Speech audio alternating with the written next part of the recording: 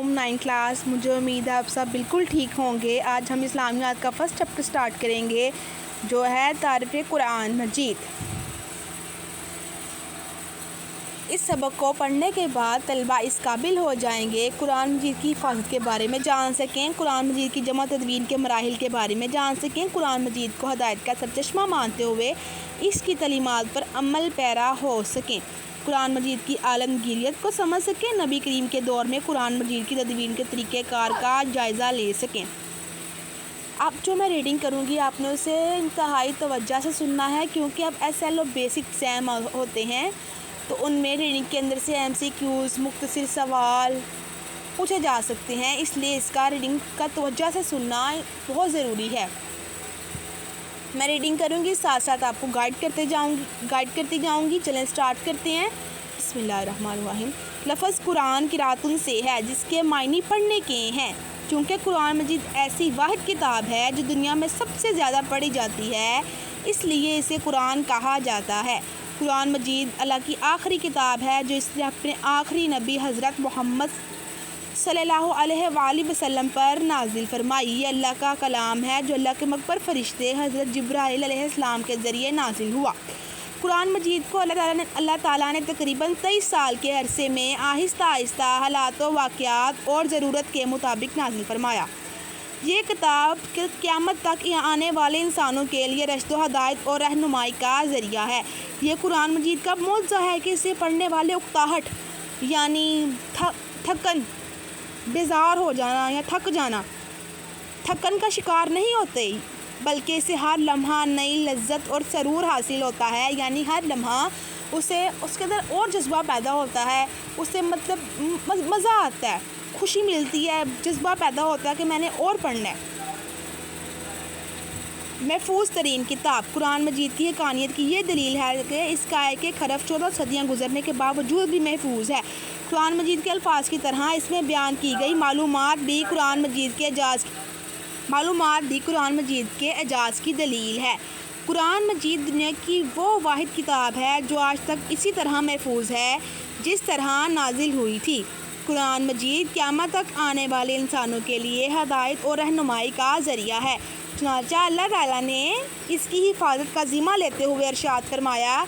ترجمہ: بے شک ہم ہی نے اس ذکر قرآن مجید کو نازل فرمایا ہے اور بے شک ہم ہی اس کی ضرور حفاظت فرمانے والے ہیں.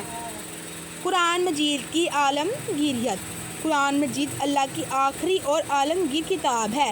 جس طرح نبی کریم خاتم النبیین صلی اللہ علیہ وآلہ وسلم اللہ کے آخری نبی ہیں اور آپ کی رسالت تمام جہانوں کے لیے ہے, اسی طرح آپ خاتم النبیین صلی اللہ علیہ وآلہ وسلم پر نازل ہونے والی کتاب بھی تمام برین انسانوں کے لیے رشد و ہدایت کا سرچشمہ ہے. قرآن مجید کسی خاص قوم یا وقت کے لیے نہیں بلکہ قیامت تک تمام انسانوں کے لیے رہنمائی کا ذریعہ ہے. عہد رسالت میں جمع تدوین قرآن مجید. عہد رسالت یعنی رسالت کے دور میں, عہد کہتے ہیں عہد رسالت یعنی رسالت کا دور. نبی کریم کے حیات طیبہ یعنی آپ کی زندگی میں ہی اکثر صحابہ کرام رضی اللہ عنہم کو قرآن مجید زبانی یاد تھا. نبی کریم قرآن مجید کے نزول کے فوراً بعد قرآنی آیات کو لکھوانے کا خصوصی اہتمام فرماتے تھے. نبی کریم کی حیات طیبہ یعنی آپ کی زندگی ہی میں قرآن مجید مکمل لکھا جا چکا تھا. عہد رسالت یعنی رسالت کے دور میں قرآن مجید عموماً پتھر کی ان سلوں, چمڑے, کھجور کی چھال اور ان کے شانے کی ایسی ہڈیوں پر لکھا جاتا تھا جو خاص اسی مقصد کے لیے تیار کی جاتی تھیں. یوں قرآن مجید عہد نبی ہی میں مکمل حفظ ہونے کے ساتھ ساتھ مختلف جگہوں پر لکھا ہوا موجود تھا. عہد صحابہ کرام رضی اللہ عنہم میں جمع تدوین قرآن مجید.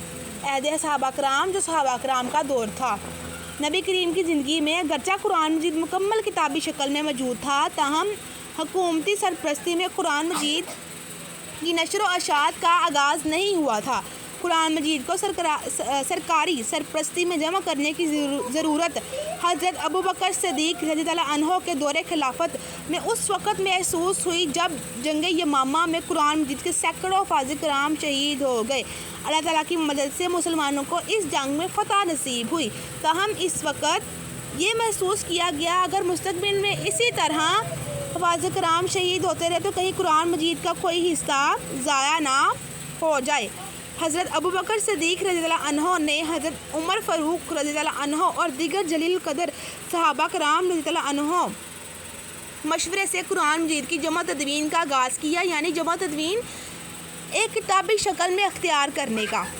حضرت ابوبکر صدیق رضی اللہ عنہ نے صحابہ کرام کے مشورے سے مشہور قاری حضرت زید بن ثابت رضی اللہ عنہ کو اس عظیم کام کی تکمیل کے لیے منتخب کیا۔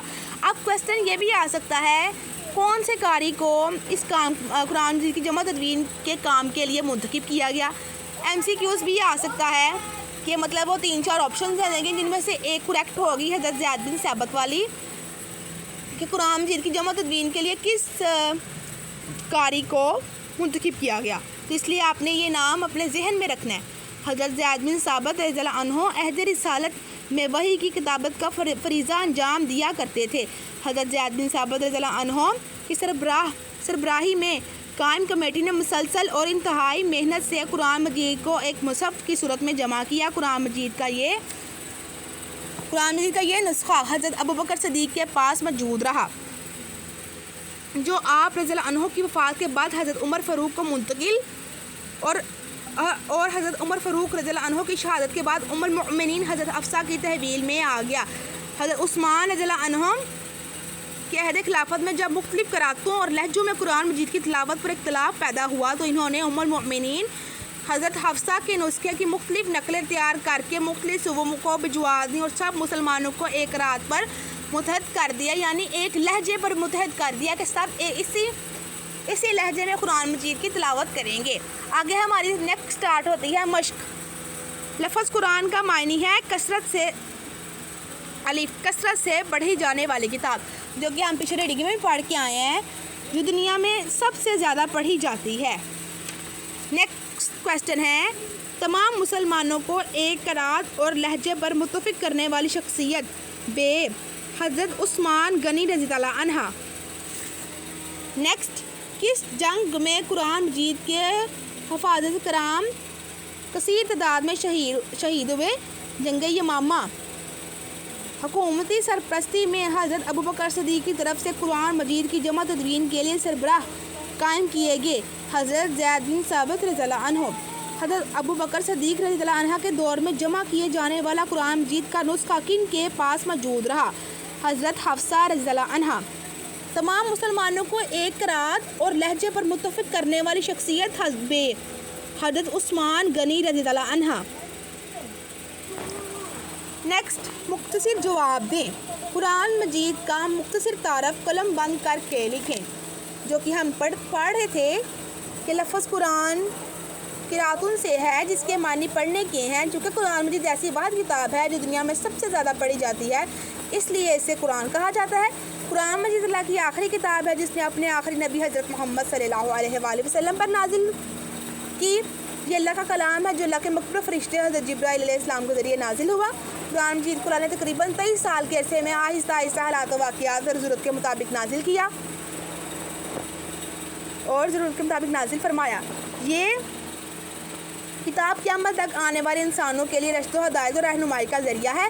یہ قرآن مجید کا موضوع ہے، اسے پڑھنے والے اکتاہٹ کا شکار نہیں ہوتے بلکہ ہر لمحہ نئی لذت اور سرور حاصل ہوتا ہے۔ پہلے شارٹ کویسچن کا آنسر یہاں سے لفظ قرآن قراتن سے لے کر سرور حاصل ہوتا ہے۔ قرآن مجید ایک عالمگیر کتاب ہے، وضاحت کریں۔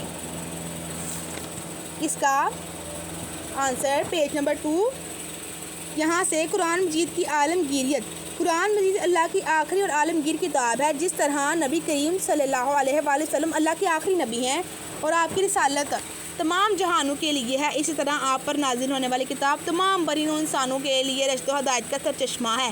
قرآن مجید کسی خاص قوم یا وقت کے لیے نہیں بلکہ قیامت تک کے تمام انسانوں کے لیے رہنمائی کا ذریعہ ہے۔ نیکسٹ کویسچن، قرآن مجید کے قیامت تک محفوظ رہنے کی وجہ۔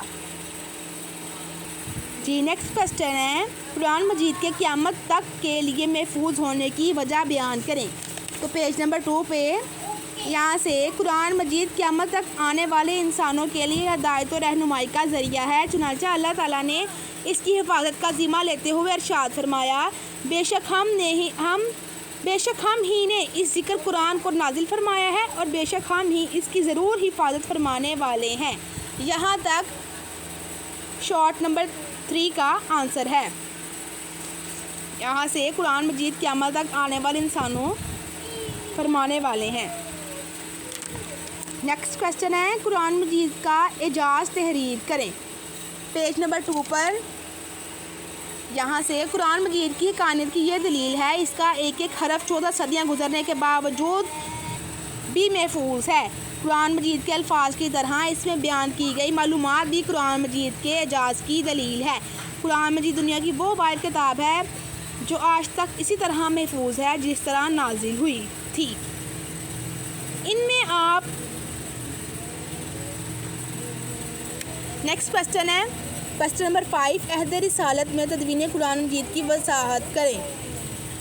تو ہم عہد رسالت والے پوائنٹ میں آئیں گے۔ پیج نمبر 3 عہد رسالت میں جمع تدوین قرآن مجید۔ نبی کریم کے حیات طیبہ میں ہی اکثر صحابہ کرام رضی اللہ عنہ کو قرآن مجید زبانی یاد تھا۔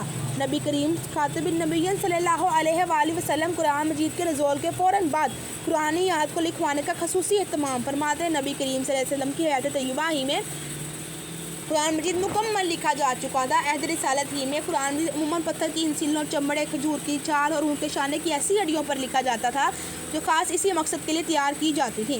یوں قرآن مجید عہد نبی ہی میں مکمل حفظ ہونے کے ساتھ ساتھ مختلف جگہوں پر لکھا ہوا موجود تھا۔ یہ شارٹ نمبر 5 کا آنسر ہے۔ آگے ہم چلتے ہیں تفصیلی جواب دیں۔ عہد صحابہ کرام میں جمع تدوین قرآن مجید کے احوال بیان کریں۔ پیج نمبر 3 یہاں سے آنسر ہوگا عہد صحابہ کرام میں جمع تدوین قرآن مجید۔ یہ کمپلیٹ پوائنٹ نبی کریم کی زندگی میں گرچہ قرآن مجید کی مکمل کتابی شکل میں موجود تھا، یہاں سے لے کے ایک قرات پر متحد کر دیا۔ یہ میں پہلے آپ کو پڑھ کر سنا چکی ہوں اور سمجھا چکی ہوں، مجھے امید ہے آپ کو بالکل صحیح سمجھ آئی ہوگی۔ انشاءاللہ ملیں گے نیکسٹ ویڈیو پہ۔ اللہ حافظ۔